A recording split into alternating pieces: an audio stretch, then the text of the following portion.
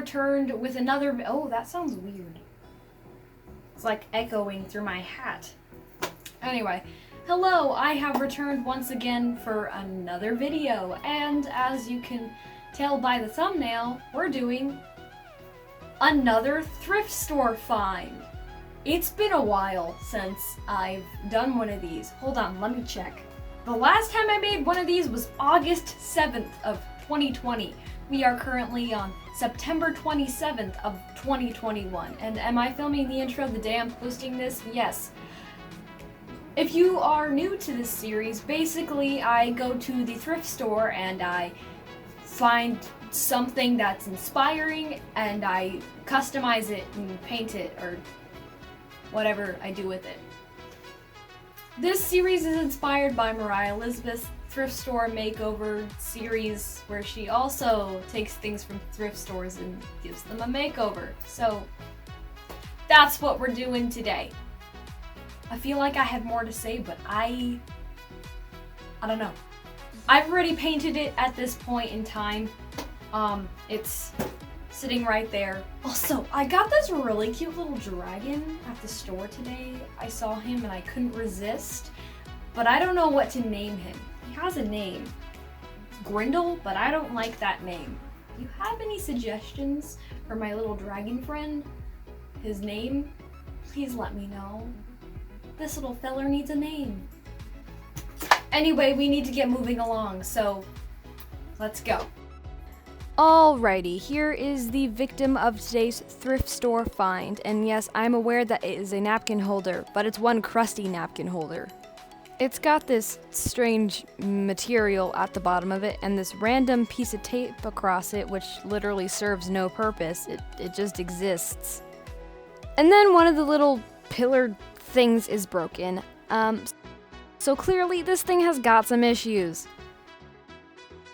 I'm going to start with peeling off this crusty thing at the bottom, which was mildly satisfying, but I didn't like what was left behind. At first, I thought the sticky stuff was just sticky stuff, but I learned as I was picking at it that it was double stick tape? This thing is getting weirder and weirder.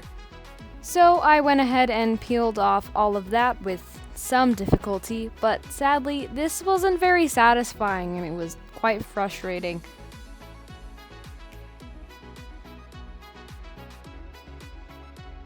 Once I managed to get the last piece of tape off, I then peeled off the random piece of tape that served no purpose. Then went ahead and very carefully started to take off the Goodwill sticker, but I failed. Come on. So then I picked at it some more and I eventually got it somewhat off. And then I started to do some sanding to roughen up the surface of the napkin holder. And here we are, almost ready to start painting. We have to fix the broken part of it with some super uber glue while trying not to get it on my fingers. And then I just hold it in place until it is dried.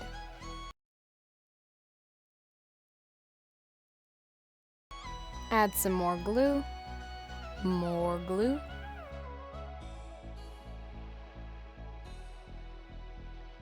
And that should do it. And oop, here comes the gesso and a really flawless transition to a different angle. Now we are going to ruin this beautiful wood with a white base coat so that I could later add color. I do like the natural look of wood, but when it comes to things like this, I need a fresh start so I can do what I want, and sacrifices need to be made, so bye-bye wood. This was actually kind of awkward to paint and film because if I did the overhead shot, you wouldn't be able to see some of what I am doing, and if I hold the camera, then it's hard to figure out the angle in which to put the camera so that I can paint without my hand in the way and without a shadow being cast onto my project. So I do a lot of switching around because I have no idea what I'm doing. Gessoing this was actually oddly fun because I usually like to get the gesso stage over with so I can move along to the fun part, which is adding color and such, because we all know that the prep work is boring. Maybe I didn't get bored because I was actually doing something fun with it. At this point, there is still some gessoing to go, so we're just gonna slap some music on it so you don't have to hear me talk anymore.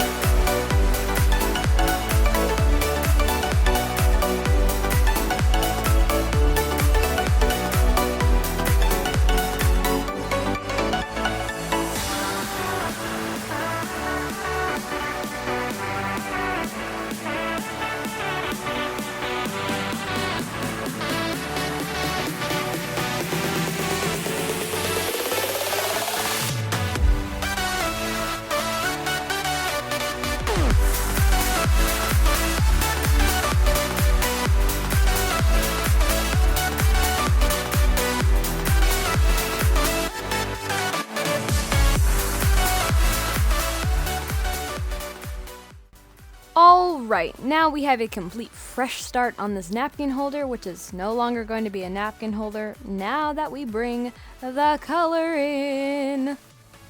I debated on whether to use this golden color or a gray, but I ended up settling on this gold color, which worked out a lot better.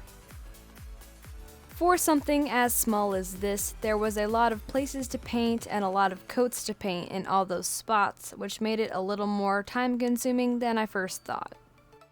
Wait, did that rhyme?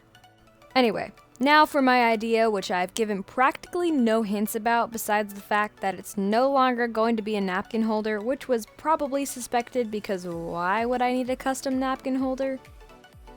But this is a custom napkin holder. Okay, that's enough. I was sort of on a mission when I went to Goodwill because I wanted something that would hold something, because napkin holders hold things, and I saw this, got it, then realized how basic it was and how there wasn't much room to paint on. Then I decided to get paint on my iPad. I got paint on my iPad. Thank you, Captain Obvious. I made the realization that something was missing, so I tried to figure out what would make this better, and I'm realizing that this is a little way too thought out for something as basic as a napkin holder. You didn't need to drop it. My first thought was to add clay something to it, but one, I still had the problem of not knowing what to add, and two, I don't think I'm that pro at clay quite yet. So I was still quite lost. But I knew that I wanted to stick my create this book in it. But at this point, I am running out of things to say, so let's just move along, please. And here's what we're working with, and in the corner you can see what I decided to add. So let's bring these over and start planning specifically where each cog is going to go because it needs to be perfect. And then I quickly realized I forgot to add a clear coat over this, so let's do that really quickly. I used quickly twice in the same sentence. Whoops. I painted the exterior of it with a gloss varnish and the inside of it with a matte clear coat because the gloss tends to be a little sticky. Now it's time to glue on the cogs! I'm bringing out the super glue again, and I put a very small dab of glue on the back of the cog because a little goes a long way. Then I'm going to oh so carefully stick the cog onto the column thing, and then continue to repeat that process.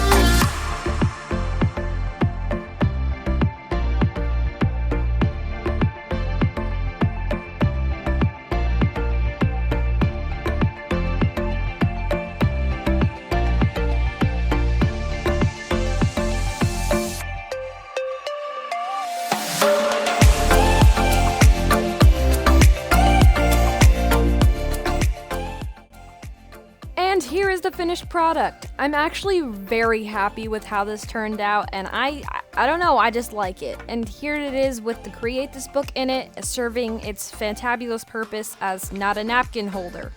I like the addition of the cogs because it just adds something to it. But anyway, I hope you enjoyed today's video and have a fantabulous rest of your day. Bye!